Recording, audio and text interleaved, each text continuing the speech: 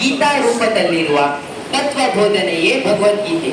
ಇದು ಹಿಂದೂಗಳ ಪವಿತ್ರ ಗ್ರಂಥವೂ ಆಗಿದೆ. ಭಗವದ್ಗೀತೆಯು 18 ಅಧ್ಯಾಯಗಳನ್ನು ಹಾಗೂ 700 ಶ್ಲೋಕಗಳನ್ನು ಒಳಗೊಂಡಿದೆ. 4ನೇ ಅಧ್ಯಾಯದಲ್ಲಿ ಭಗವಂತನ ಜ್ಞಾನದ ಅರಿವಿನ ಮುಖ ಮತ್ತು ಕರ್ಮದ ಪ್ರಭೇದಗಳನ್ನು ಕೃಷ್ಣ ವಿವರಿಸುತ್ತಾನೆ. ಹಿಂದೆ ಹೇಳಿದ ಜ್ಞಾನಯೋಗ ಮತ್ತು ಕರ್ಮಯೋಗವನ್ನೇ ವಿಸ್ತರಿಸಿ ಜ್ಞಾನದ ಮಹತ್ವ ಮತ್ತು ಕರ್ಮದ ಪ್ರಭೇದಗಳ ಜೊತೆ ಈ 2 ಮಾರ್ಗದಿಂದ ನಾವು ಪಡೆಯತಕ್ಕಂಥ ಭಗವಂತನ ಮಹಿಮೆಯನ್ನು ಈ ಅಧ್ಯಾಯದಲ್ಲಿ ಕಾಣಬಹುದು. ಈ ಅಧ್ಯಾಯ ಕೃಷ್ಣನ ಮಾತಿನೊಂದಿಗೆ ಆರಂಭವಾಗುವುದು.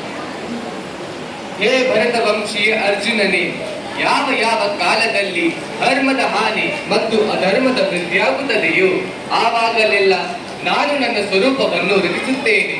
ಅರ್ಥಾತ್ ಸಕಾಲ ರೂಪದಿಂದ ಜನರ ಮುಂದೆ ಪ್ರಕಟನಾಗುತ್ತೇನೆ.